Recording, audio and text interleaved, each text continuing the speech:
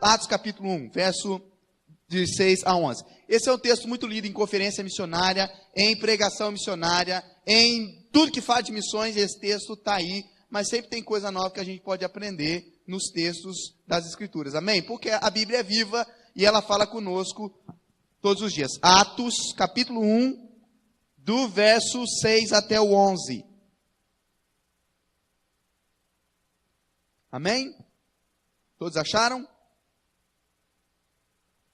Diz assim então a palavra do Senhor para nós. Então, os que estavam reunidos lhe perguntaram: Senhor, será esse o tempo que restaurarás o reino a Israel? E ele respondeu: não vos compete conhecer tempos ou épocas que o Pai reservou para a sua exclusiva autoridade. Mas recebereis poder ao descer sobre vós o Espírito Santo, e sereis minhas testemunhas em Jerusalém, Judéia, Samaria, até os confins da terra. Dita estas palavras, foi Jesus elevado às alturas à vista deles, e uma nuvem o encobriu dos seus olhos. Estando eles com os olhos fitos no céu, enquanto Jesus subia, eis que 2 varões vestidos de branco se puseram ao lado deles, e lhes disseram: varões galileus, por que estáis olhando para as alturas? Esse Jesus que dentre vós foi assunto ao céu virá, do modo como viste subir. Amém. Vamos orar? Pai, nós te louvamos pelo teu infinito amor pelas etnias da terra. Te louvamos, Senhor, porque o Senhor decidiu, à luz da eternidade, usar a tua igreja como canal de bênção para as nações.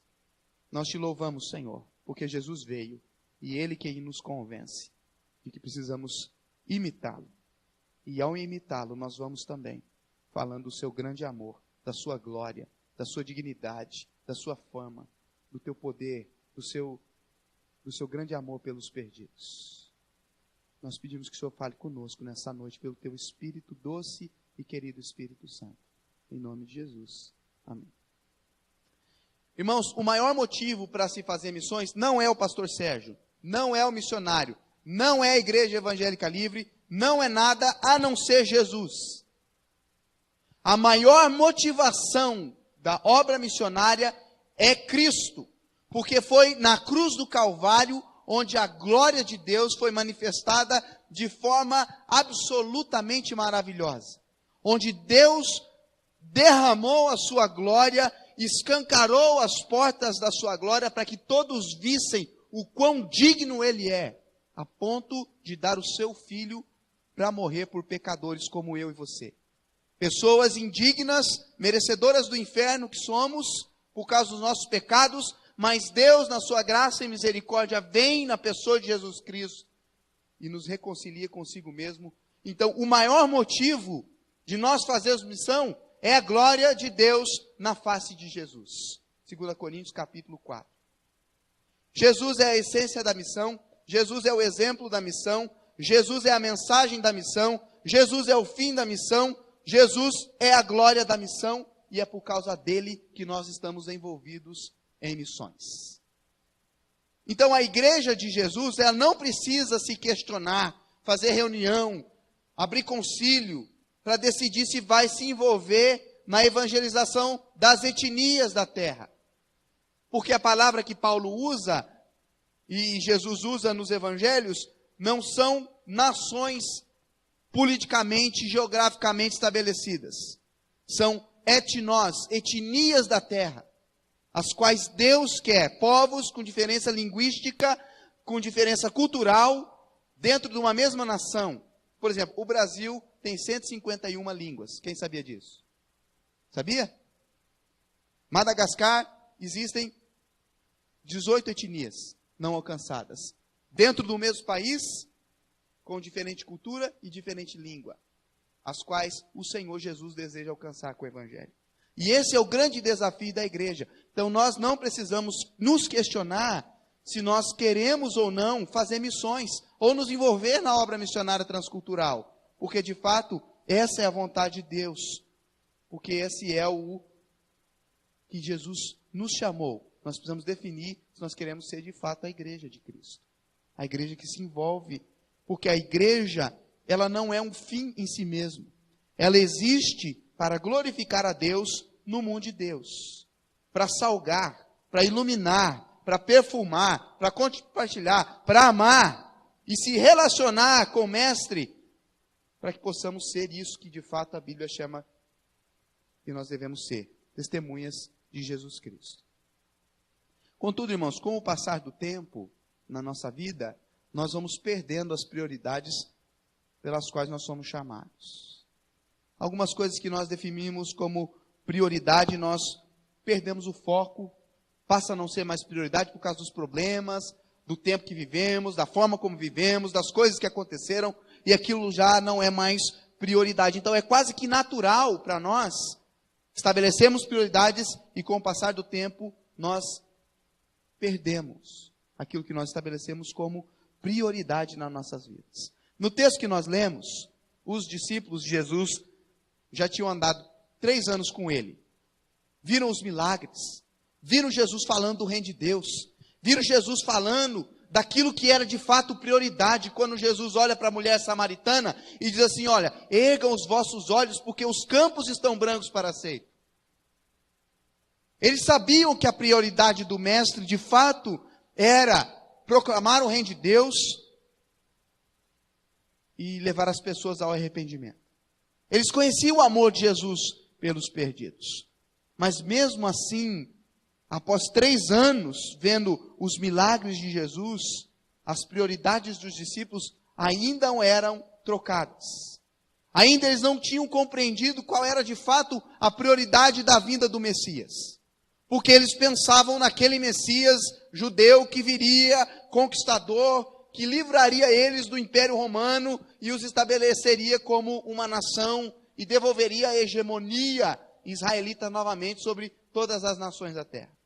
Era esse Messias conquistador, esse rei vitorioso que viria e desbancaria todo aquele império de Roma e estabeleceria como nação. Porque foi essa pergunta que eles fizeram para Jesus. Quando é que o Senhor vai restaurar o reino para Israel? Jesus havia morrido, 40 dias andando com ele depois de ser ressuscitado, e agora eles sabiam que Jesus estava vivo, viram Jesus comendo, e a pergunta deles é a mesma. Mateus 20:20 diz o seguinte, que a mãe de Tiago e João se assentou com Jesus e falou assim, Senhor, concede aos meus 2 filhos que um se sente à tua direita e outro à tua esquerda, no teu reino. Era esse o reino que eles queriam.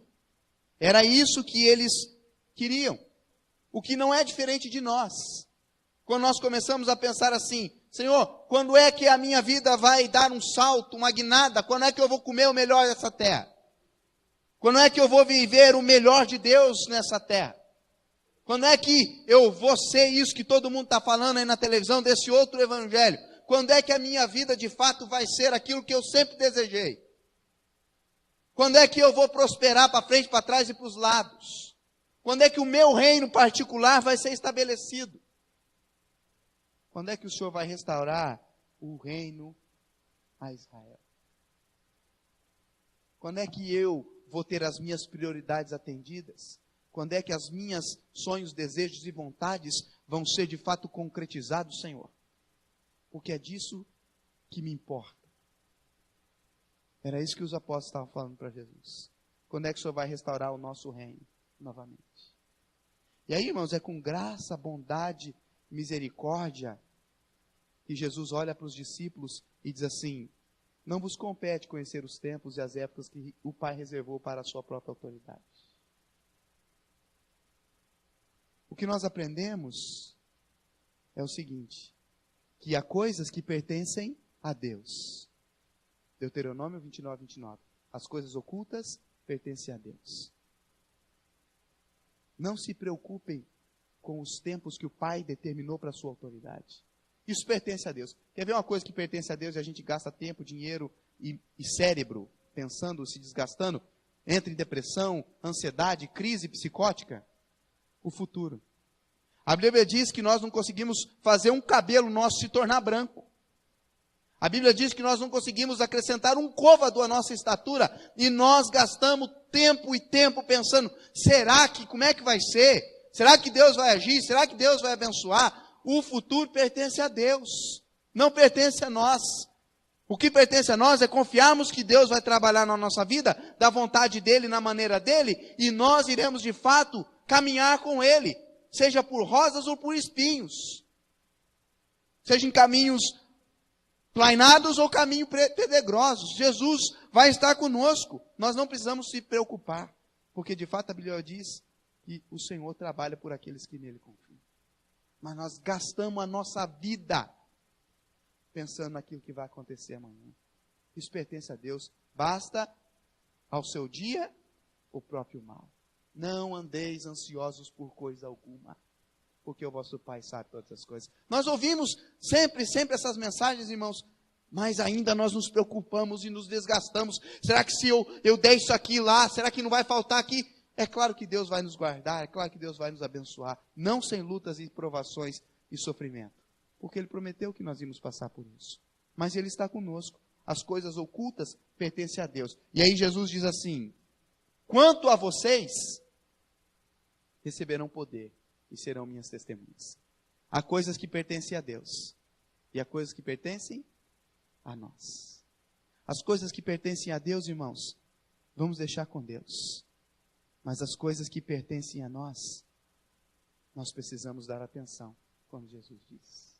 E Ele diz assim: mas recebereis poder ao descer sobre vós o Espírito, e sereis minhas testemunhas em Jerusalém, Judéia, Samaria, até os confins da terra.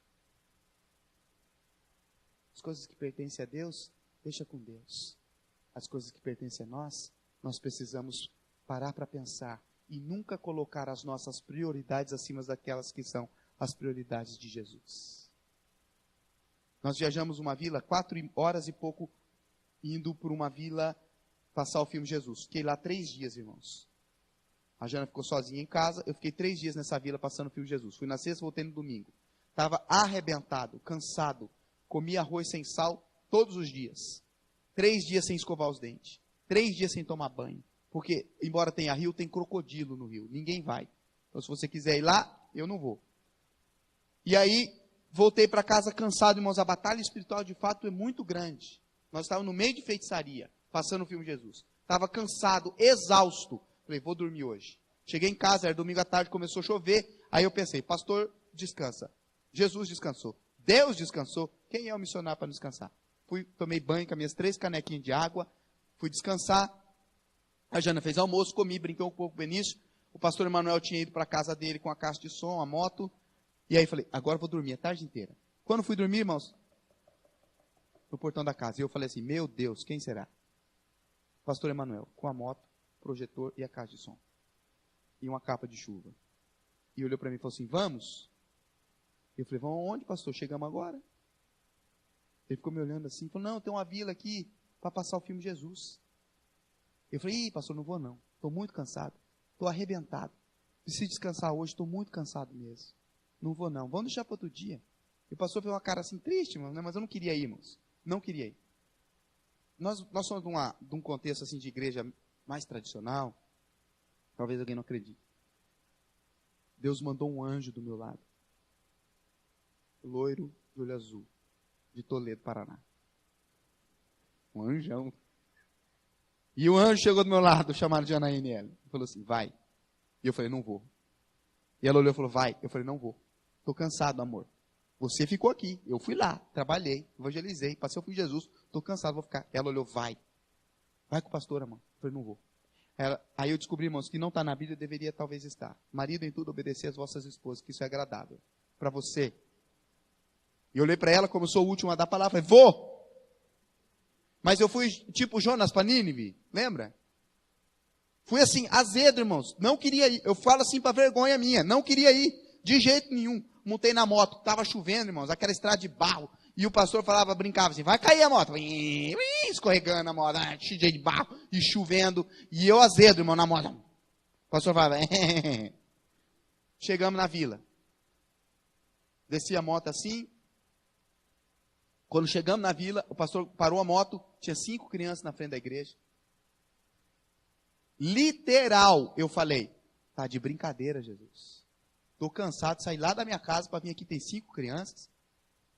E aí eu fiquei azedo demais. Aí eu estava que nem João. Quer que manda fogo do céu para consumir? Dei a volta atrás da igreja, peguei a mochila o projetor, a caixa de som, o pastor foi guardar a moto debaixo de uma árvore para não molhar muito. E foi entrando na igreja assim, irmãos, dei a volta por trás da igreja. E abri a porta da igreja assim, mal-humorado. E quando eu abri a porta da igreja, estava cheio de gente. Que não tinha lugar para passar. De bara. E eu olhei assim, todo mundo assim, eles queriam me cumprimentar, eu não cumprimentei ninguém. Cheguei na frente, armei o projetor, coloquei o filme de Jesus para rodar, sentei no barro da igreja e chorei. E chorei, irmãos, tudo que eu não podia ter chorado. Porque eu descobri naquele dia que quem ama é Jesus. Porque eu coloquei a minha prioridade do meu descanso acima da vontade de Cristo. E Ele tinha enchido aquela igreja de gente para a primeira vez ouvir do seu nome e eu não queria ir. E eu me envergonhei diante de Jesus. E eu chorei, pus a boca no pó, me arrependi, falei, Deus, perdão. Porque quem ama de fato é o Senhor. Nós falamos de missões, falamos de amor, mas de fato o nosso amor, irmãos, às vezes é hipócrita. Nosso amor às vezes é interesseiro.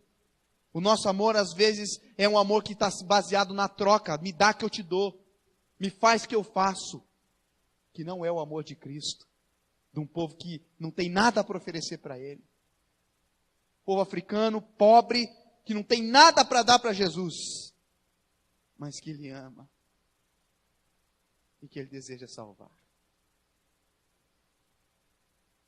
As coisas de Deus, irmãos, deixa com Deus. Deus vai fazer na sua vida. Através de espinhos, eu não sei. O sofrimento talvez é a única coisa que mantém você na presença de Cristo. Deixa com Deus. Quanto a nós, vão ser testemunhas. O que é uma testemunha de Jesus? A palavra que ele usa é uma palavra chamada marturos. Um mártir da fé. Alguém que já morreu. E foi isso que o pastor Ronaldo Lidora disse. Qual é a principal função da igreja? A função primeira, morrer. Morrer para os seus sonhos, para os seus desejos, para as suas vontades, para as suas ambições, todas estarem mortas, porque quem está crucificado com Cristo não tem vontades. Você está morto com Cristo e foi ressuscitado com Ele pelo batismo, para que nós andemos em novidade de vida, Romanos capítulo 6. Nós somos chamados, irmãos, para morrer. E a partir dessa morte e do renascimento espiritual em Cristo é que nós temos vida e somos livres para poder ser testemunhas do Mestre. Mas o interessante é que Jesus fala que o Espírito vem primeiro e o Espírito vem para nos dar poder, para nos livrar da inércia, para nos livrar do medo, para nos livrar das incertezas. O Espírito Santo vem para nos dar poder, para nos livrar da vergonha e da timidez de falar do Cristo ressurreto e morto, que perdoa pecados. Não desse Jesus aí, que atende todos os desejos. Não desse Jesus aí de fora de um outro evangelho, que não transforma a vida de ninguém. Mas que barganha com Deus. Que se eu te der uma quantia certa, esse Deus que eles chamam de Jesus vai me atender a realizar todos os meus sonhos e vontades e desejos. Não é esse o evangelho. O convite do evangelho é ser testemunhas mortos em Cristo, ressuscitados em novidade de vida, para salgar, para iluminar, para trazer vida àqueles que estão mortos em seus pecados e delitos. Efésios capítulo 2, verso 1. Esse é o evangelho de Cristo, que transformou a minha vida e transformou a vida daquele feiticeiro destinado ao inferno e foi salvo por Jesus. Jerusalém, Judeia e aos confins da terra. Quem resume a história de Davi e Golias para mim? Já vou acabar. Em 3 palavras. Davi e Golias. Hã? Davi matou Golias. Certo ou não? E aí nós ouvimos mensagens assim: os gigantes vão cair. Deus vai te dar pedra ungida e você vai derrubar os gigantes da sua vida. Qualquer gigante que aparecer vai cair em nome de Jesus. Ouvimos ou não ouvimos? Não é esse o propósito da história de Davi e Golias.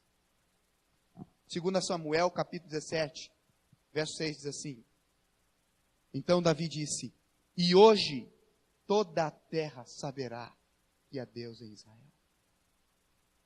Toda a terra saberá que há Deus, não disse um Deus, Deus em Israel, porque só existe um. O propósito do texto era mostrar a glória de Deus e descortinar a glória de Deus entre as nações, para que aqueles povos que adoravam tantos ídolos pudessem olhar e falar assim, esse é o Deus verdadeiro. E isso é o sentido de missões, descortinar a glória de Deus, mostrar quem Deus é, a glória de Deus que foi manifesta naquela cruz de uma forma que ninguém podia imaginar. Na sua plenitude, Deus descortina a glória dele na cruz. E aí Jesus, que está indo embora, ascensão de Cristo, está indo embora. Fala assim, estou indo embora. Vocês vão ser minhas testemunhas. Jerusalém, Judeia e até os confins da terra, que significa todas as etnias da terra, devem ouvir a respeito de mim. E Jesus vai embora. E ele disse isso aos seus discípulos. E ele vai embora. Aí vem os anjos, porque os discípulos estavam olhando. E aí os anjos vêm e falam, o que vocês estão olhando? Ele vai voltar. Da mesma forma como vocês o viram subir. O desejo de Deus, irmãos, é ser conhecido entre as etnias da terra. O desejo de Deus é ser glorificado por todos os povos da terra. E eu vou terminar com uma história, Serginho. A história, o título da história que eu dei é assim, se você não for, Jesus vai. Nós viajamos de moto umas 3 horas, 4 horas e meia de moto para o sul da nossa vila, numa vila bem distante. E nós ficamos sabendo da história e nós queríamos ir lá ouvir a história. Essas crianças estavam brincando um dia no quintal da casa delas. Um menininho de 4, um menininho de 6 e umas outras crianças. Estavam brincando. E eles têm uma brincadeira que eles pegam uma pedra e batem uma na outra para contar os acontecimentos do dia. E de repente um menininho desse se levanta e vai na casa onde os feiticeiros estavam reunidos. Os aldeões, os velhos da vila, e estavam reunidos lá, e o menininho vai lá, bate na porta, quando abrem, fala assim, o que você quer? Ele põe o dedo para dentro da porta da casa e disse assim, vocês estão orando para o diabo, mas Jesus disse para nós que ele vai voltar, e nós precisamos orar para Jesus. Um dos velhos pega um pedaço de pau para bater no moleque, o que você falou? E o menino correu para o meio do mato. 1 hora depois o menininho volta. O que você quer? Ele estica o dedo para dentro da porta da casa e diz assim, vocês estão orando para o diabo, mas Jesus nos disse que ele vai voltar. E vocês precisam orar para Jesus. Os meninos tiveram uma visão, que eles não sabem explicar o que foi. Mas e eles ouviram isso, Jesus vai voltar. E nós precisamos orar para Jesus. 250 pessoas se converteram naquela vila. Inclusive os feiticeiros. Porque se a igreja não for, Jesus vai, porque é Ele o maior interessado em resgatar e salvar. Porque Ele disse, por isso eu vim, para buscar e salvar o que se havia perdido. Esse Jesus aí de fora, que te promete mundos e fundos, que vai te fazer a vida um mar de rosas aqui, e você nunca vai sofrer, e nunca vai passar nada, que também não faz missões. Não é o Jesus que veio morrer por mim, por você, e por essas crianças negras e pobres de Madagascar, que não tem nada para oferecer para Ele, mas que Ele ama, e deu a sua vida por elas. Então a pergunta para nós é, vamos se envolver em missões? Não, não é essa a pergunta que nós devemos fazer. A pergunta que nós devemos fazer, Senhor, aonde o Senhor vai me enviar? Aonde eu vou ser sua testemunha? Aonde o Senhor quer me enviar? Para que eu possa testemunhar de tão grande salvação. Amém, irmãos? Porque Jesus foi embora e nos deixou essa última ordenança. Ide por todo mundo e pregar o Evangelho. Vamos orar? Se coloque em pé.